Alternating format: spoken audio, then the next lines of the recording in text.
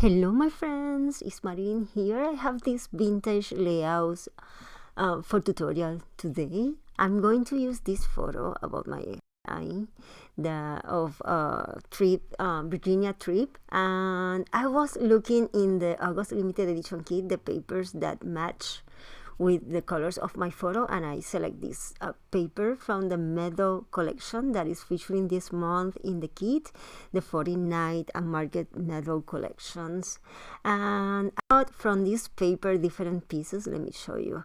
I select these tones of green. I think that is and this piece I will use it too, that match with the photo. Also I use different patterns, same papers. As you see, I have all the pieces already cut. I also am going to use from the chipboard this frame and some of the pieces.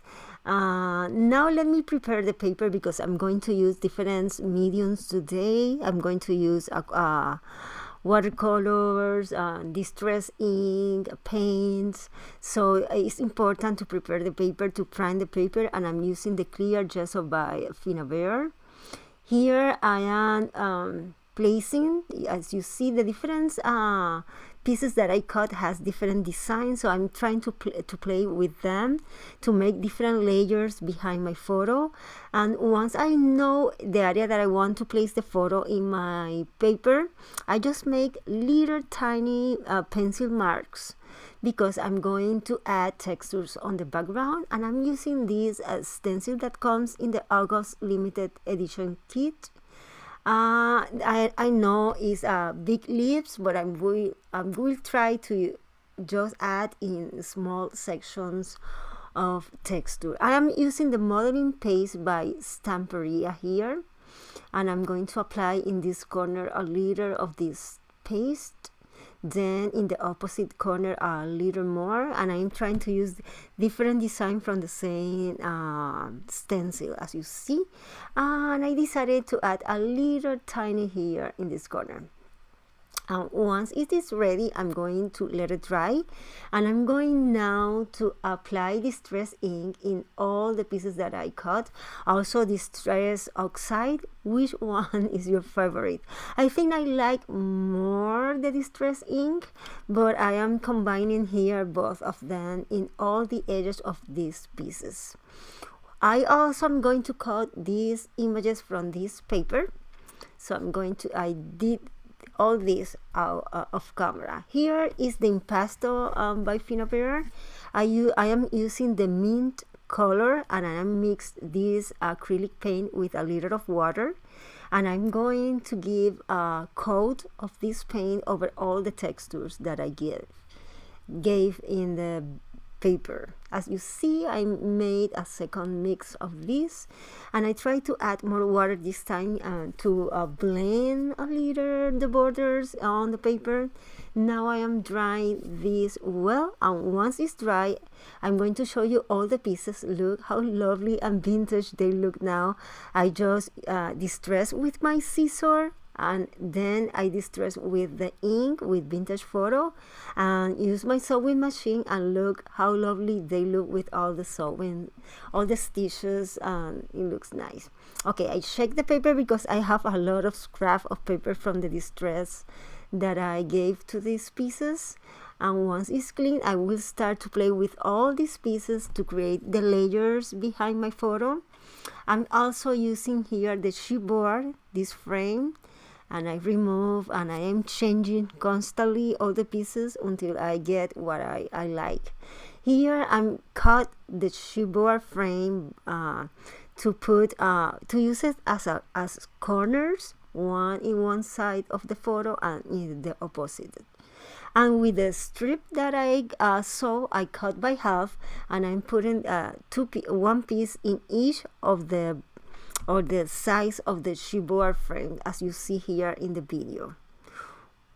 I continue playing with all these elements, and now I'm going to add 3D font. No, it's not 3D fontaine, it's chipboard. As you see here, I already adhere everything. I put chipboard behind the pieces to add volume, and now I'm going to play with the oil pastel, that is a water soluble oil pastel by Prima Marketing, and I'm select this color that is like a gray with green, a mix, and I'm using the water brush. I love this, the water brush, because you can carefully push a little of the water, and they automatically blend well the oil pastel. And I am trying to add this dark color between these lines on the background, the stencil, because in that way I can give more depth and highlights more of the design of the stencil, and also give more texture. And I am continue doing this around all the stencil work. And other thing that you can do is that I am doing right now here is that in some area I'm going to add more color, and in other area I just deposit more water from the water brush. In that way I can blend and give light in some of the area and put dark different work.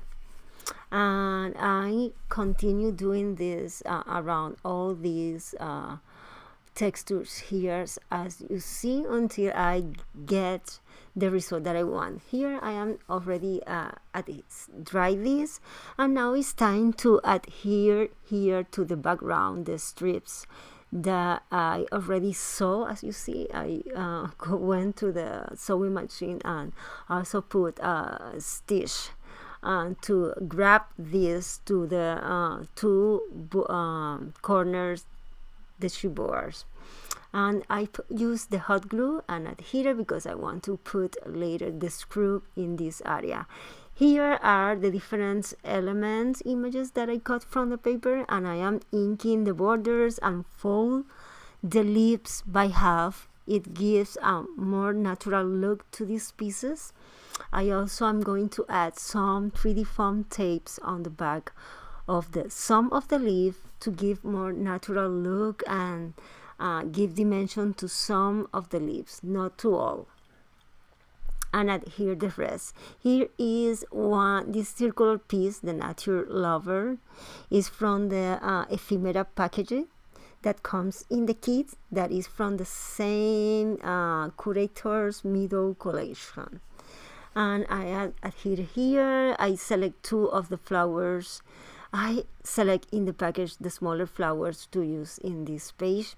One of the reasons that I prefer the smaller flowers lately is because I avoid to add too much dimension to the page, because if you want to put it in an album, it's easier when the flowers are less bulky. You know, that is my what I prefer lately. Here are the screw. I just love this, and because it's remind me my husband that he's a little handyman. So I put two of these in each at the end of each strip, and I love the look that it brings. Now some of the mushroom. I add also the stamp to continue with the vintage vibe that I want to bring in this page. I am continue playing with the different leaves and make another corner here with the different element that I select from the kit. And you can see now I'm adhere all this other corner of camera, and you can see here how everything looks. Now is that I'm going to add more depth and more texture on the background this time, and I'm using the vintage photo ink with a dry brush, and I am just blending this ink on the background. I am trying to surround all the elements with this vintage photo. In that way I am adding depth and enhance or highlights all the layers. So you will see that it is a very light coat what I am bringing in this moment. I am giving just a light coat. I don't want to add too much ink at once. I prefer to build the depth in layers that to add too much and then you don't like it and you can remove it. So for me it's easier in this way. I also add in this between the lines on the background stencil work to add more depth. Here are the threads. I don't know what I'm going to do, but I'm going to let it as it is for now, and I'm adding some of the butterflies, and as always I need to add my pearls, and I love the combination of the vintage look with the pearls. I think that they look so lovely, and I'm going to add a few of them on the background here, some of them over the stamp, other on the background, just to highlight all the layers that this has. Okay, here's one that when I cut the threads on the bottom of the photo, I just left the threads in both corners just to add these textures on the background. So I cut all the threads that I cut, I divided and put it in both corners. Here is when I'm going to add some art stone with the gel medium, and the gel medium also I'm using the gel medium as adhesive for the art stone, and with the same gel medium and the art stone I'm going to adhere all the threads that are on the background. So in that way I adhere all this at once. I continue adding here. I want to add in the art stone in as I did with the pearls in the different layers, so in that way I can enhance more all the dimension that I have in this page. And it has been a time ago that I don't work with a vintage page, and I just love it. Here I cover the photo and I mix the vintage photo ink with a little of water. I am making ink splatters here on the background, as you see. I let it dry, and here is when I came with the Maya Mist in antique copper. It came in years ago in a mixed media kit by My Creative Scrapbook. And as you see, I just put some drops of this ink on the background in the areas. I don't want to make a mess on the background, so I have a paper towel. I just add some drops of this antique copper mist, and then I spray a little of water and let it run through all this mix. I let it run to over all these textures on the background, the stencil, and I am very carefully at the hour and remove, because as I told you, I don't want a mess on the background. I just only need this rustic look that this color brings on the background. And I am using this here and there, and with the paper towel I am removing, and I'm going to add on the top here. I'm going to add some drops of water and run this. I'm using now the brush just to try to add this into the lines that it has on the background. I'm trying to move a little the color in the area that I want, but once it is, I just clean it is, and I look okay. The only thing is that the ink goes here at the bottom of the paper, but it's okay. It's okay with me. I add the paper clip here on the photo, and it is. Let me show you. Let me see if I can move it without the light of the film, but you can see here all the details. And my friend, I just love the final result. I hope that you enjoy this video tutorial. If you like it, let me know with a thumbs up and share this video. I'm going to let you hear the photos, and in my social media you can find more closer photos details. And as always, I am letting here 2 more videos that maybe you are interested.